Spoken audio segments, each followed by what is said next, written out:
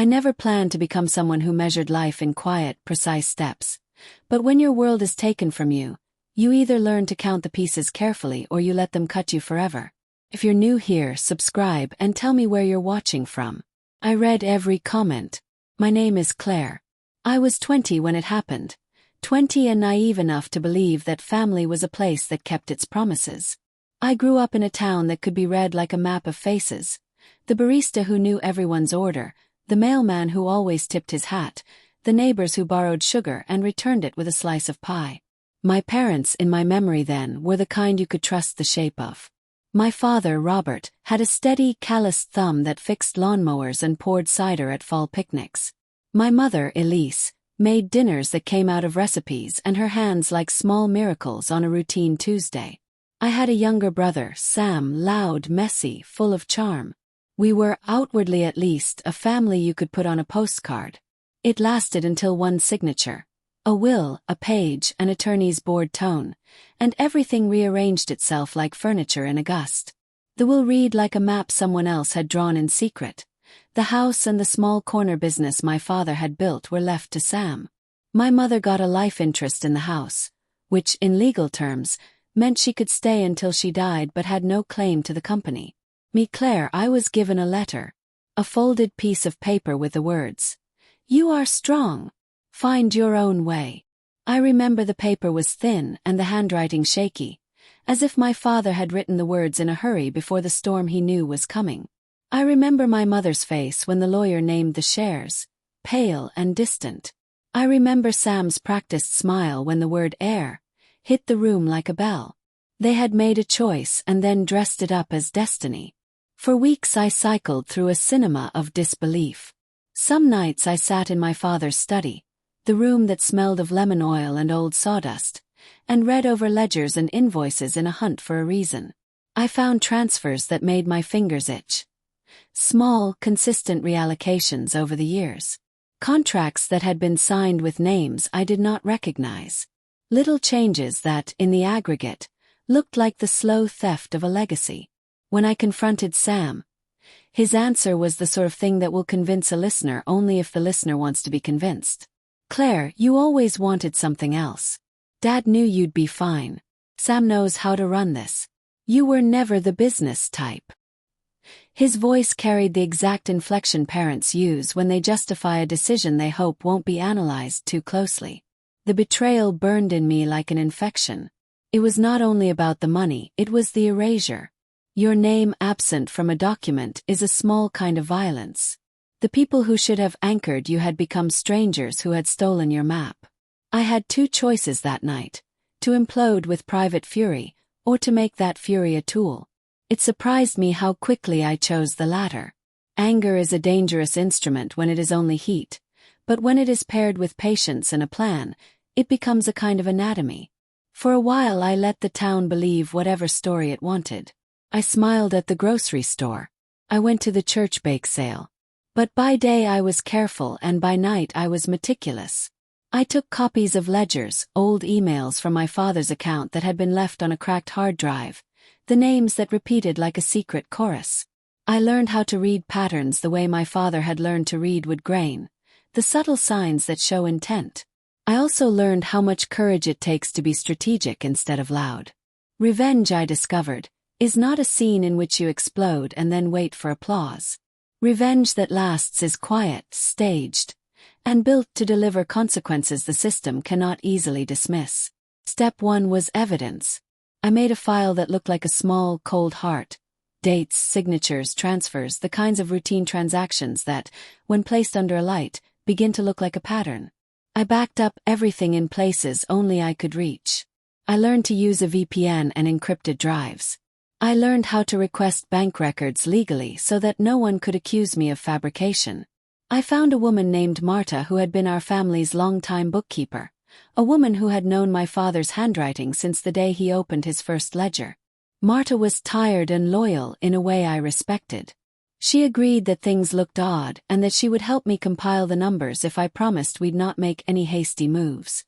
Her quiet, "I'll be careful," was the first ally I found. Step 2 was allies with teeth.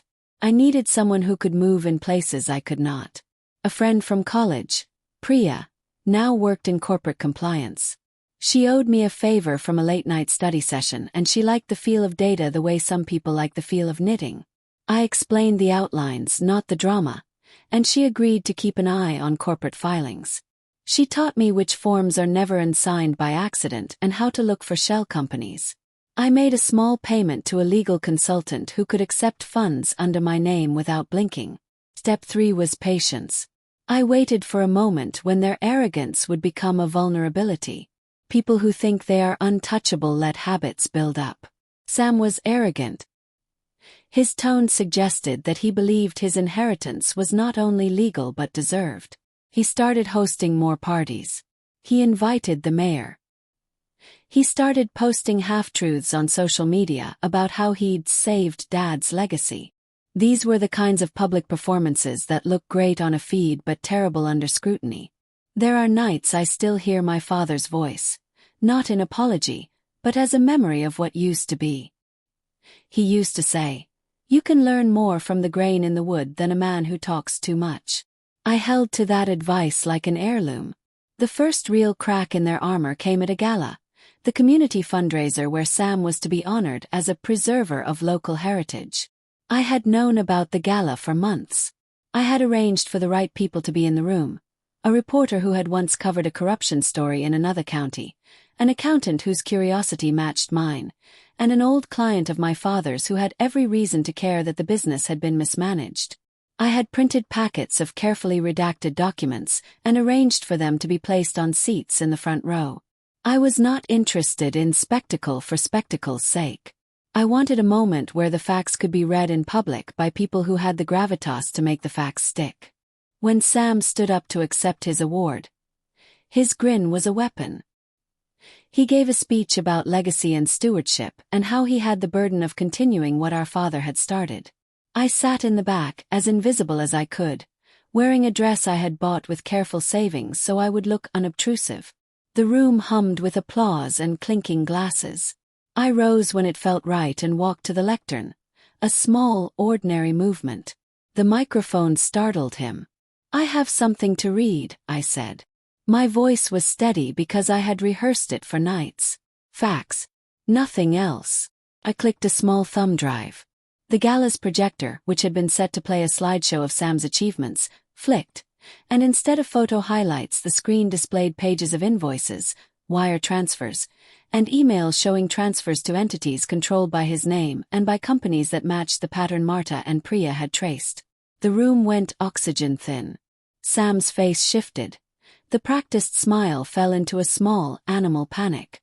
He fumbled for words. "It's a misunderstanding," he said. "Accounting, informal consulting." The journalist leaned forward. The accountant whispered into his phone. People took photos. That night, the newsfeed began to tremble. I watched everything with a complicated satisfaction that did not make me giddy. Justice, when the system works, is not the same as gloating. It is a slow, tremendous unmasking. I had not wanted to humiliate my family in a mean way. I had wanted the truth to stand where falsehood had stood. I wanted the ledger to speak louder than their rhetoric. Sam fought back with lawyers and PR, of course. He tried to say the transfers were permissible, that my father had approved them, that any errors were clerical. He hired people who polished his image while they whispered legal arguments to sympathetic ears. The board froze a few accounts pending investigation. Investors pulled away. Some of our employees were frightened. The company was a place where people's livelihoods lived, and I found myself in a strange position. I had pulled a rope and people were wobbling on the other end. I could have stepped back then. I could have watched my family implode like dominoes and called it a day. But the next stage was not simply about punishment. Something in me had never been about seeing people burn. My father had been selfish in parts, cowardly in others, but I had also loved him. The truth was that I wanted repair as much as I wanted reckoning. I wanted the business to survive in a way that honored the workers who had nothing to do with my family's choices. So I stepped forward and did something they had not expected. Using my contacts from the small design firm I had started on the side, the one I had built with the money I saved from odd jobs in college, I offered to help restructure the company's client contracts so that work could continue while audits proceeded. It was a public move that looked like magnanimity, and it also had a tactical purpose. Workers need checks, and checks cut off can become a weapon used by the desperate to pressure courts and boards into hasty settlements. I wanted the staff to be protected while the law did its thing. This is where strategic avenging becomes complicated. You have to be as concerned with the world you leave behind as with the person you punish. I am not a saint. I am someone who learned that the point of exposing harm is to prevent its repeat, not to revel in its echoes. Sam's legal defense argued that I had fabricated the documents. For a few days, the story turned into a messy rumor whirl. My evidence stood, though. Bank statements, notarized copies of contracts, emails with timestamps and IP addresses that Priya had helped confirm.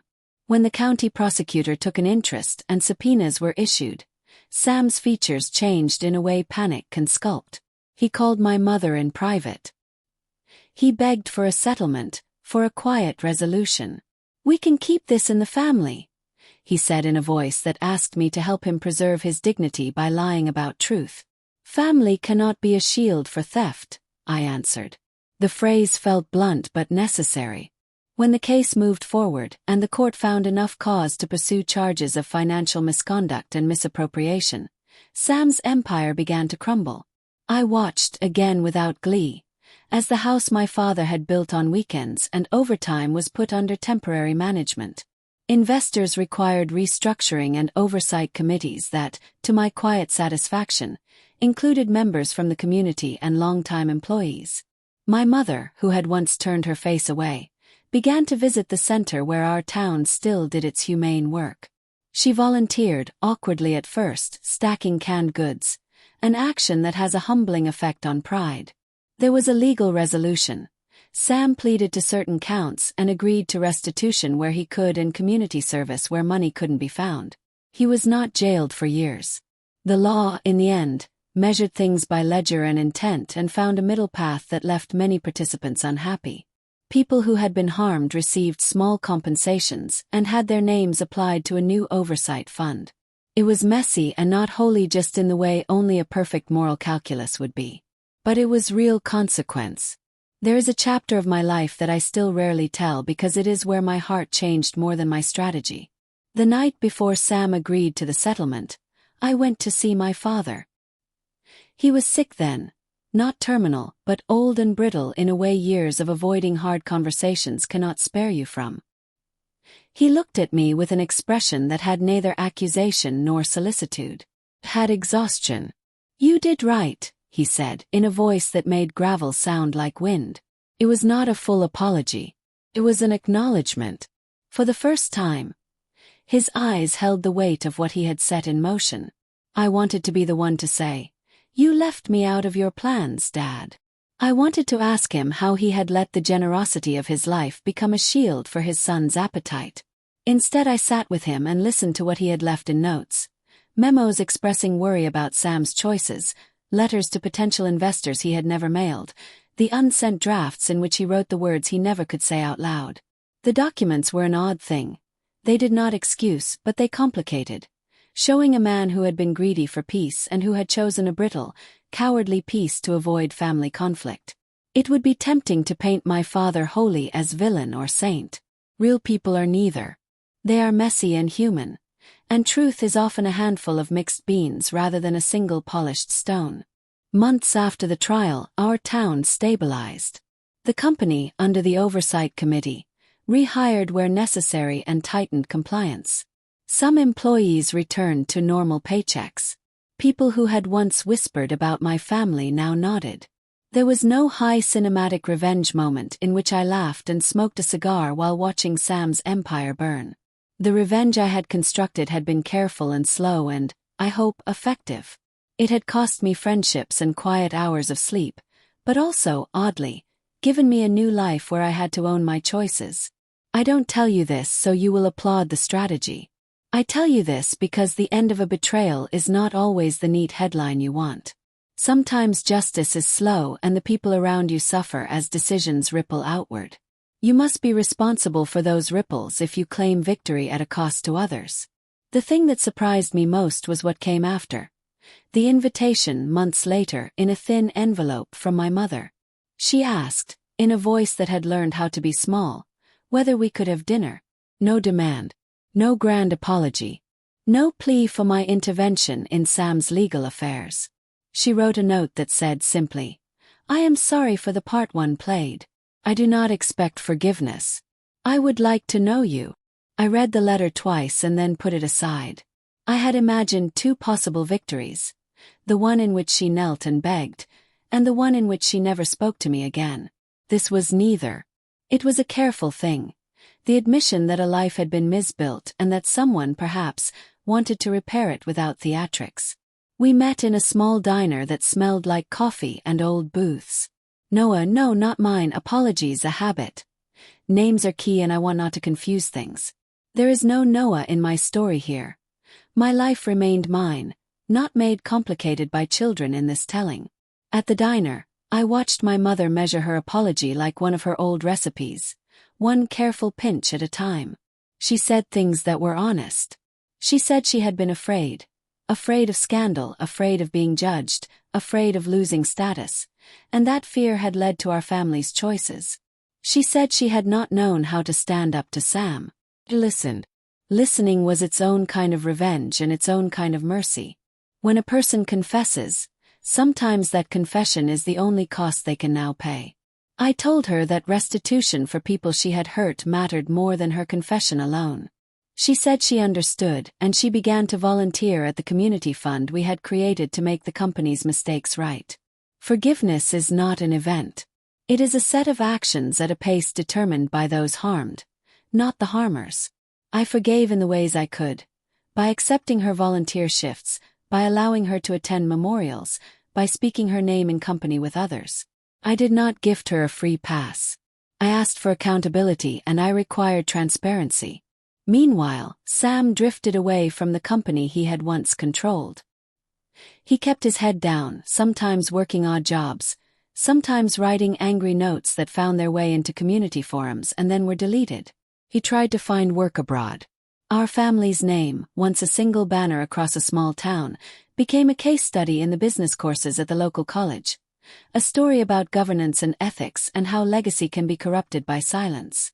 Years later, at a town fundraiser where I was a frequent volunteer, a woman came up and told me that my efforts to restructure the company had saved her family's business.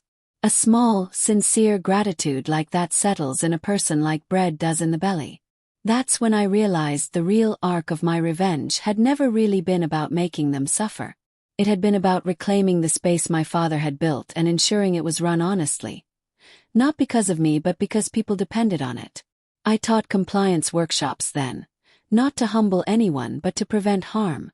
I sat on oversight committees.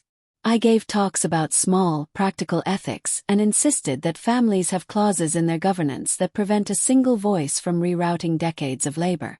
That, I think, is the truest kind of repair.